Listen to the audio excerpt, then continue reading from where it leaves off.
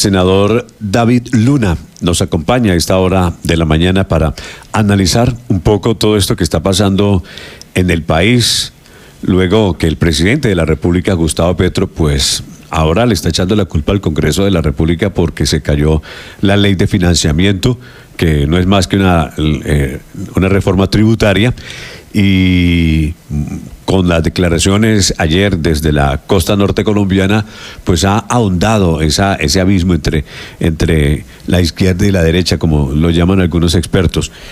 Por eso, a esta hora de la mañana, pues vale la pena conocer la posición, la lectura que hacen senadores muy inquietos desde el Congreso de la República. Por eso hemos invitado al senador David Luna para que nos cuente, ¿verdaderamente ustedes son los culpables de que esa ley de financiamiento no haya prosperado en el Congreso de la República? Muy buenos días, senador.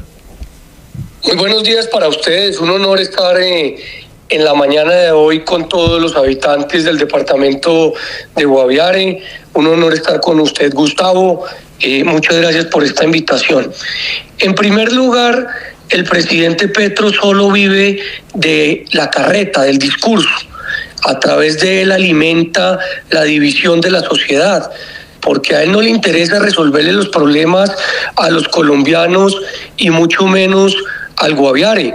Yo, por ejemplo, no lo he oído hablando de la creciente del río Ariari, o no lo he oído hablando lamentablemente de la grave situación de orden público en el departamento, o mucho menos de las grandes dificultades que se han presentado en San José, donde las condiciones viales pues son muy precarias. A él lo que le interesa siempre es ver cómo polariza y de esa forma cómo divide. En segundo lugar, claro que sí, 10.000 veces claro que sí. Voté negativamente la reforma tributaria de Petro porque los colombianos no tienen ninguna posibilidad de seguir pagando más impuestos. La economía familiar está en una situación muy crítica. No hay plata para llenar la nevera, para pagar los servicios públicos. Pero además, es que tal vez se nos olvida. A Petro lo eligieron con una promesa que hizo durante campaña, que fue no a las reformas tributarias, y no solamente presentó una en el 22, sino quería que esta también le fuese tramitada.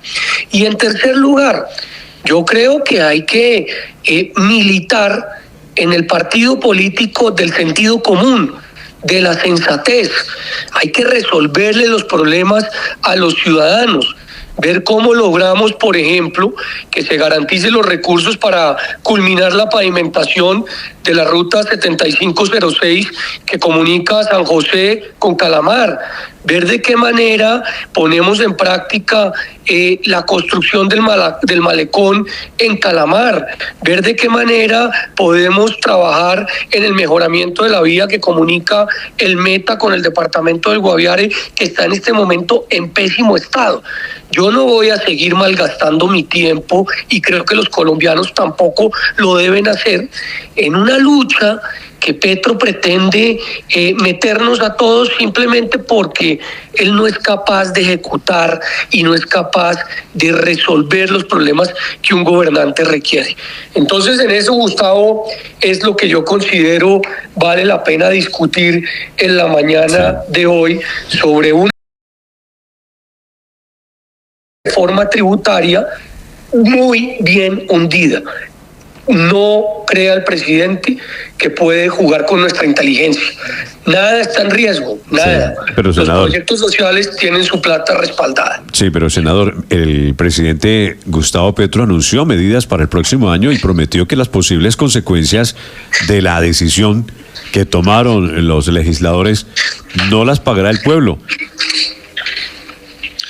Pues no sé cuáles son las consecuencias. Es decir, que de ahora en adelante incluso pues el rompimiento de relaciones y que no habrá más diálogo con el Congreso de la República. No sabe si legisle o no legisle, pero en fin, las relaciones no son buenas. Pues es que el Congreso de la República es independiente y autónomo. Claro.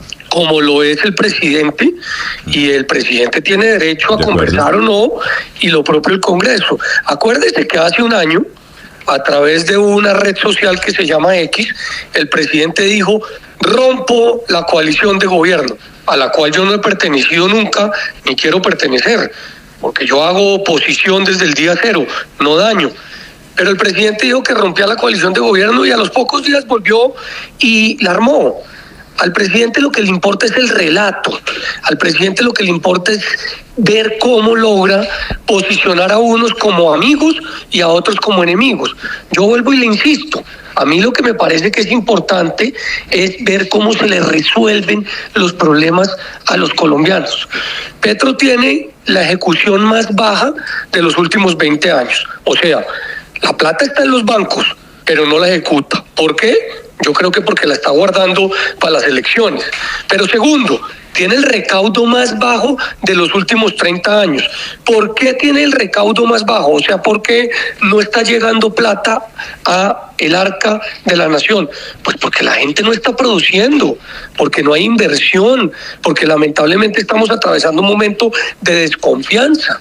Y en ese sentido yo sí creo que hay que pasar la página y hay que recuperar la esperanza de un país que tiene mucho más futuro que presente. Y en ese sentido a mí me parece que las cosas hay que hablarlas siempre con respeto, pero con firmeza. Yo no me voy a dejar amenazar del presidente Petro bajo ninguna circunstancia, como tampoco me dejo amenazar de un grupo al margen de la ley que lo que hace es dedicarse al narcotráfico y en ese sentido hay que defender a la sociedad civil, punto. Sí, pero mire, dice el presidente Petro que buscará el financiamiento de la deuda que adquirió Colombia durante la pandemia por el COVID-19, que el gobierno del expresidente Iván Duque, prácticamente la culpa es del expresidente Duque, y esa deuda, es decir, prácticamente ese es el mal que le ha creado y que tiene y que está cargando este gobierno. ¿Usted lo estima así? Yo no soy defensor del presidente Duque ni de ningún otro expresidente. Yo creo que el país tiene la suficiente capacidad de evaluar a quienes han gobernado bien y mal. Lo único cierto es que Colombia es una nación y evidentemente durante la pandemia se vivieron momentos críticos. Hubo deuda, como también hay deuda en todos los demás gobiernos. El gobierno actual lo que se debería dedicar a hacer es a proyectar tanto el pago de la deuda como, por supuesto, las nuevas inversiones. Pero yo vuelvo y le insisto, ¿dónde están los recursos para las nuevas inversiones? Es que mire, acá hay una muy importante situación, por ejemplo, en materia de educación en el departamento, que requiere mucho para poder mejorar, específicamente en Miraflores, que presenta un mal desempeño. La cobertura en educación primaria en el municipio es del 33% y en secundaria del 27%, en educación media del 14%. ¿Cómo logramos que eso aumente y que eso mejore? Porque los jóvenes necesitan es futuro y oportunidades. Entonces, todo el mundo con tantos problemas en la casa, en el trabajo, y acá el gobierno peleando con el Congreso. No, lo que necesitamos es que le resuelvan los problemas a los departamentos, y por eso es que a mí me parece que hay que desbogotanizar Colombia. A los departamentos hay que brindarles oportunidades de decisión. Mire este caso tan bonito de los habitantes del sector norte de Agua Bonita, que tomaron la iniciativa para reparar la vía hacia Villa Alejandra, invirtieron casi 3 millones de pesos de sus propios recursos, de su propia plata para mejorar la vía. Hombre, eso debería ayudársele desde el Estado a ser posible. Entonces, en ese sentido, Gustavo, yo creo que acá necesitamos pensar en un futuro mejor y dejar que se enfrenten los tradicionales políticos para que entre ellos allá se den rayo el uno al otro, pero acá mientras tanto avancemos, porque la situación no está siendo fácil. Sí, y entonces, según su lectura política, senador David Luna, ¿qué puede pasar en el 2025, según lo que dice el gobierno, con un país desfinanciado? Pues 3 cosas. La primera es que el 2025 va a ser el año en el que el presidente Gustavo Petro va a hacer todo lo posible por quedarse en el poder. A mí me han dicho loco, a mí me han llamado como una persona que lo que quiere generar es pánico, pero yo sí quiero advertirle a la gente que Gustavo Petro insiste en que hay que cambiar la Constitución para reelegirse. Yo a eso no le voy a jalar. En segundo lugar, es muy importante que se entienda que el gobierno se tiene que amarrar el cinturón y sobre todo debe luchar contra la corrupción. Es que esto que pasó en La Guajira con el agua y con los niños no tiene perdón de Dios, porque ahí es donde se está perdiendo la plata. Y tercero, la plata de las regiones. La plata de las regiones debe llegar a las regiones para poder ejecutar y resolver los problemas que hoy tenemos en estos momentos. Sí. Senador, esa ley de financiamiento verdaderamente era mala, nefasta para el país. Por supuesto que sí. Y por supuesto que sí, porque golpeaba a los que menos tenían.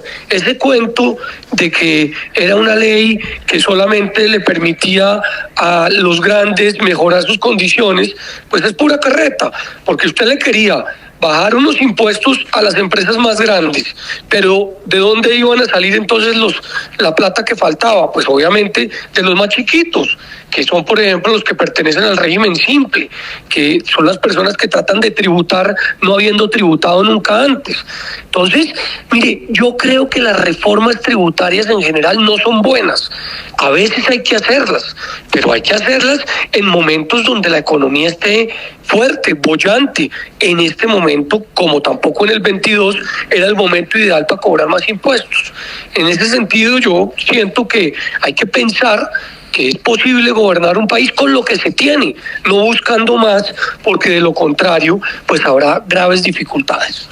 Es el senador de la República, David Luna, quien nos acompaña a esta hora de la mañana. Agradecemos estas palabras para conocer un poco la posición y orientar un poco la opinión pública frente a lo que está pasando en el Congreso de la República. Muchas gracias, senador David Luna. Gustavo, un abrazo. Para mí es un honor y un orgullo poder acompañarlo hoy.